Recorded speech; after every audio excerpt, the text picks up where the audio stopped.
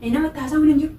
Namni nama gidduu taa'ee jira gidduu taa'ee hiriyoota gidduu taa'ee maatii gidduu taa'ee waldaa gidduu taa'ee bilbiluu. Ani garamitti deemaa akka jirtu biyyi tun ayidoon nan beeku. Ani dhaloonni kun garamitti akka deeman ayidoon nan beeku. Ani uff. Macaafa qulqulluu dubbistuu rifeensa kee haguuggadhu yeroo meeqa sitti himu? Eessa jira sharbeen? Rifeensa kee haguuggadhu yeroo macaafa qulqulluu dubbistu. Keessumaa itti himan hin dhaga'ani. Maal ijoollee?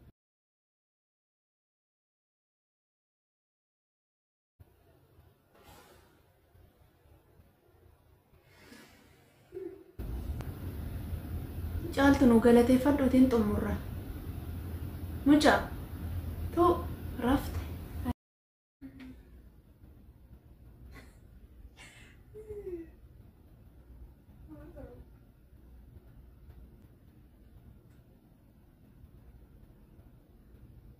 Maal hojjechaa jirta? Silaatii fi bilbilli kun akkanumatti guyyaadhuma guutuu jedhama. Ijuun isin lukkuu bu'uun jedhama. Ofumaafuu ijuun isin lukkuu bu'u. Halkan akkasii, guyyaan akkasii, yoo nyaattan, yoo karaa deemtan, yoo nama wajjin teessan, bilbila. Ani maaratta ijoollee bara kana wish. Ani ijoollee akka kanaan argina. Ani ijoollee keessaa akkasii hin banne ani namaaf sodaadde. Maal kunoo xiqqaa guddaan bilbiluma gorogoro. Nama taasaa waliin jiru. Namni nama gidduu taa'ee jira gidduu taa'ee hiriyoota gidduu taa'ee maatii gidduu taa'ee waldaa gidduu taa'ee bilbiluu. Ani garamitti deemaa akka jirtu biyyi tun ayidoon nan beeku. Ani dhaloonni kun garamitti akka deeman ayidoon nan beeku. Ani uff. Mee amma waan tokko si gaafachuu dhufe. Gaganamaati sagaleen tokko akkanumatti keessa koo deddeebi'a. Sagaleen kun eessatti akka argamu beeku ati hin beektaa? Egaa immoo silaa bilbila kana malee macaafa dubbistee warma beektu natti fakkaatu. Macaafa waa'ee maali beekta? Ani gara lafa onaatti ishee nan geessaa. Dubbii garaa ishee rukututti dubbadhee tola ishee nan jechisiifadhaa. Iddoo dhaaba wayinii ishee jalaa fudhatames nan deebisaafi. Akkana jedhanatti fakkaata. Akkanumatti keessa koo deddeebi'a. Mee sagalee kana barbaadee fi macaafa keessaa naa dubbisiishin. Mee dafi bilbila lafa godheeti. Uff. Si dhageessee waan nan jedhe. Maaloo. Wuy. Tole harmee maal rakkoo qaba siifin dubbise maa dheekkamtaa irra. Amee siifin dubbisne eenyufan baradhe jedhee siifan dubbise dhugaa. Sagaleen kun sagalee baay'ee namatti tolu garuu eessumatti argama harmeen nan barbaadata. Natti dheekkameen ishee amma nan barbaadee argachuutti natti dheekkameen agara. Sarchi godhee tallaan ishee bilbila irraa sarchi godhee ilaala waan itti nan jette kana appilikeeshinii macaafa qulqulluu sarchi yoo godhan kan namaa fedhu jira waan ta'eef sarchi jechuun barbaadu jechuudha. Anama akkamitti eessa akka jiru hin beeku sarchi godhee barbaadee sitti maqaa harmee ishee. Amma sagaleen kun yeroo meeqa lallaba? Yeroo meeqa barsiifama? Sagaleen kun bakka jiru wallaallatuma? Sababuma bilbila kana lafa hin godhu jettuuni malee. Mee kanas ta'e sanas barbaadetu manaa fidee tolatte. Ani kanan barbaadu sagaluma argachuudha. Argadheera. Siifan dubbisa ishee. Macaafa irraa si dubbisa. Macaafa Hosee Raajicha boqonnaa 2 lakkoofsa 16 irraa argama. Hosee Raajicha boqonnaa 2 lakkoofsa 16 irraa argama. Ishee siifan dubbisa. Sirriitti na dhaggeeffadhu.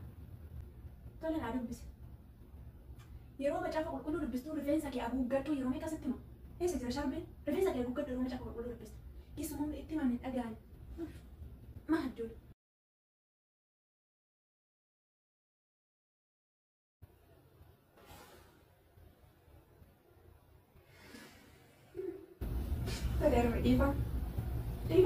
Dhiifama jedha maqaa ishee.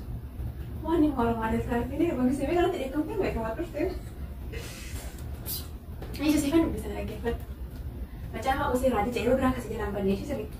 Macaafa Hosee Raajicha boqonnaa 2 lakkoofsa 16. Kanaafis kun waan ishee tolee na jechisiifadha. Gara lafa onaatti ishee geessee dubbii garaa ishee rukutu nan dubbadha.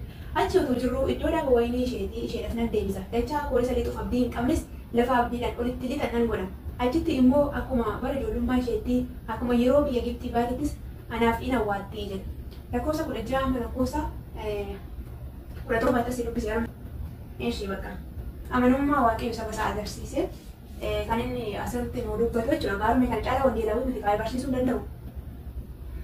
Eebbisu eebbifan sagaleen kun akkanumatti gabareedee akkanumatti sammuu koo keessa naanna'a. Sammuu koo keessa naanna'a. Waluun baradhee jiraadhe akkanatti baafadhee dubbifadha malee isin hin kadhadhu.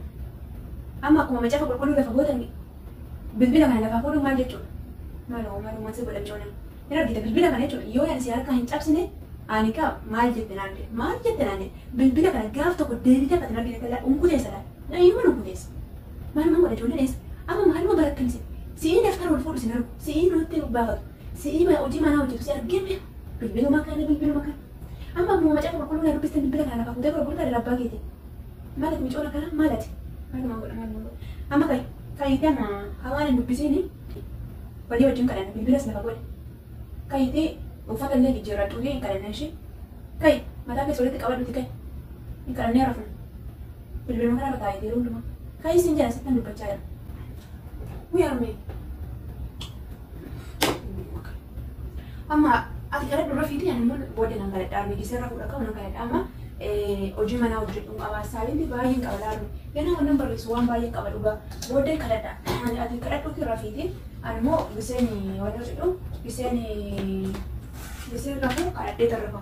Amma hojii manaa qaba. Saabinti ganaan hojjedha jechuudha.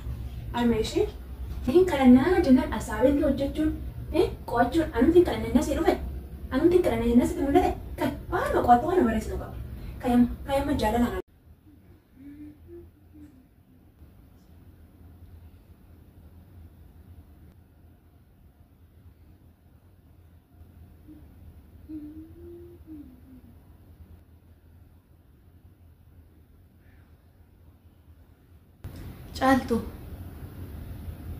Caaltu nu galateeffadhuutiin xumurra.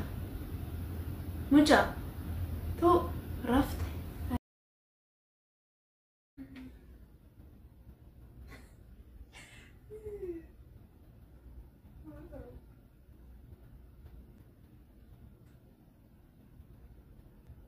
Yeroo macaafa qulqulluu dubbistuu rifeensa kee haguuggadhu yeroo meeqa sitti himu? Eessa jira sharbeen? Rifeensa kee haguuggadhu yeroo macaafa qulqulluu dubbistu. Keessumaa itti himan dhaga'an. Maaddoon.